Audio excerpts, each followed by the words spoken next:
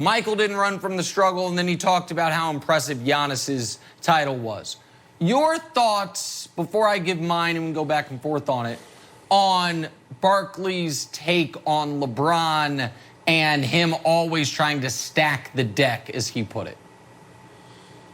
Well, in the context of that, he said he's got Jordan and Kobe ahead of LeBron, presumably because of what you just said. As you know, I've got Jordan 1, LeBron 2. LeBron playing on these super teams isn't like a huge factor in why I've got Jordan ahead of him. And the evidence is that I've got LeBron ahead of everybody else. And a lot of other guys that didn't play on super teams, I still have LeBron ahead of them. I will say this. I do think the most impressive way to win is through the struggle, the Jordan, the Isaiah Thomas, the Giannis way. But it is not easy. I don't downplay winning it on a super team.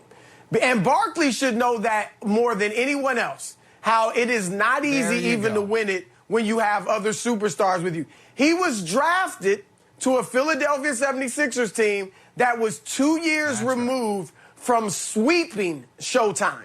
All right, sweeping Magic and Kareem. And when Barkley got there, Moses Malone was still a 24-13 guy. Dr. J was getting older, but he averaged 20 Barkley's rookie year. Andrew Toney, Maurice Cheeks. They played together for a few years, never got to the finals. Then an older Barkley goes to join Olajuwon, Clyde Drexler in Houston. They played 2 years together, don't get to the finals. And then Pippen replaces Drexler. So they got Scottie Pippen, Hakeem Olajuwon, and Charles Barkley, and they get bounced in the first round. So Barkley should know better than anyone that even playing with other superstars is not easy and still does not guarantee you a championship. Well, and there's a few things here. One is, you mentioned it, the 83 Sixers might have been the greatest team ever. It's at least in the argument. Barkley got drafted by the 85 Sixers. He's there 2 years later. The whole core is still there. The first year they make the conference finals, never make it back there. And I think it's noteworthy that then they, a few years later, they trade Moses, Dr. J retires. In 92, all of a sudden, the Sixers missed the playoffs, and Barkley's like, I'm getting out of here. And in fact, Phoenix would be great. They've won 54 years in a row. And then in Phoenix, after they make the finals immediately, and Barkley was spectacular, they lose back-to-back years in 7 to Houston. And Barkley's like, I want to go play there. But the Kobe thing is the thing that bothers me. And this is not disrespectful to the late, great Kobe Bryant. Him putting him ahead of LeBron? Well, with the rationale being partly, well, LeBron stacked the deck. You don't need to stack a deck if you're drafted to a team with Shaquille O'Neal. And Broussard, tell me if I have my history wrong here. But when Shaq left and Kobe missed the playoffs and then had back-to-back first-round exits, this is back when you worked at the other network, didn't he go on Stephen A. Smith's radio show and say, I think I should be traded? Once Kobe had a struggle, once all of a sudden, Kobe was dealing with what LeBron had dealt with for 7 years in Cleveland. It's like, I've got Ira Newble, you've got Sasha Pavlovich. In fact, I think they both had Sasha Pavlovich at one point in time. This sucks. Kobe wanted out. Like, that did happen, right? No, you're right. People forget that, and they throw Kobe in that group with Jordan, and I say, oh, he went through the struggle. Kobe demanded a trade. Kobe wanted out. Remember, he's talking about going to the Bulls. There was even talk he might go to the Clippers. But you're right. He gets drafted to the team with Shaq. And that, look, Magic gets drafted to the team with Kareem. Kareem was the league MVP Magic's rookie year. Bird gets drafted. It was a bad Boston team that drafted Bird, but they still had several Hall of Famers who were past their prime. Tiny Archibald, Dave Cowens, Pistol Pete. But the next year, you get McHale and Parrish and these others, and Bird goes on the run. So LeBron, look, he gave Cleveland 7 years for them to put other stars around him or try to win, and they didn't. So he said, let me go do it, and he did. And it's worked out for him. And I'll say this, too, Nick, because a lot of people might not know this, because LeBron is like the king recruiter now. He's the best player recruiter we've ever seen in NBA history. All right. But early in his career, he didn't recruit. And that may have hurt him because, remember, Michael Redd was a free agent, I believe, 06. Ray Allen was a free agent.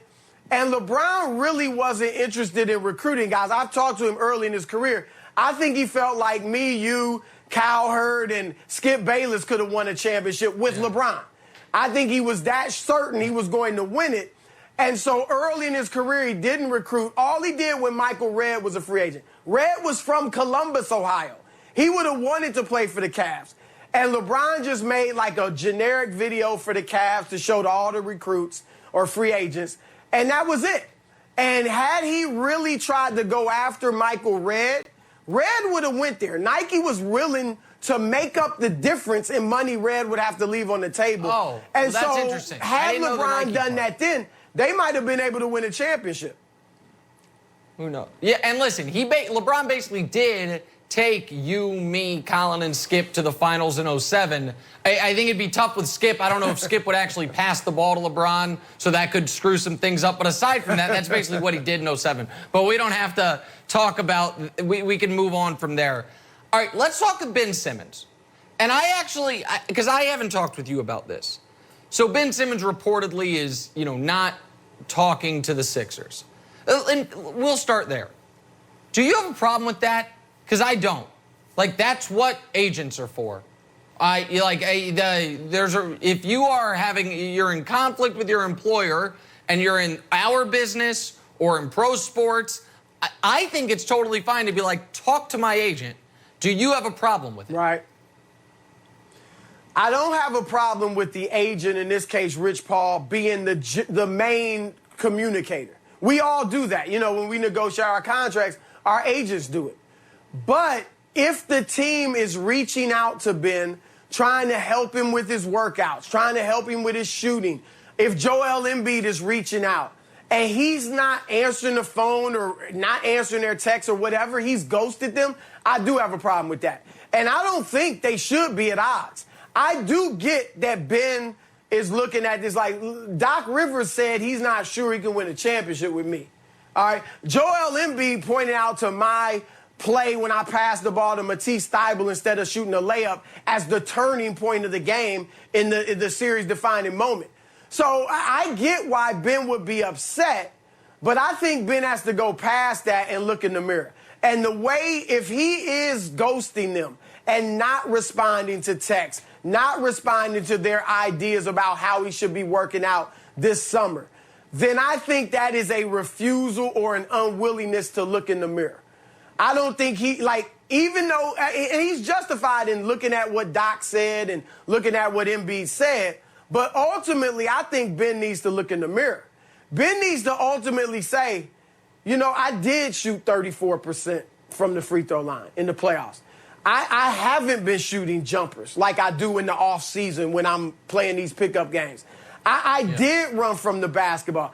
No matter how good you are, Nick, Jordan, LeBron, Kareem, whoever, you always, people in our business, you always need to be able to look in the mirror and see where you fell short and then go to fix it. And what's transpiring right now, if the reports are true, I don't think that just shows me Ben is not yet looking in the mirror and realizing for what all they said, it might have been wrong.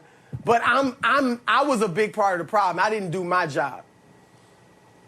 So the part of this report also was that he's good with the California teams, which there's 4 teams in California. The Lakers can't trade for him. The Clippers can't trade for him because neither of them have draft picks. I guess the Kings could, and De'Aaron Fox. I doubt he's stuff, good with the Kings too. I was gonna right. That's what I was gonna say. But with respect to my wife's hometown,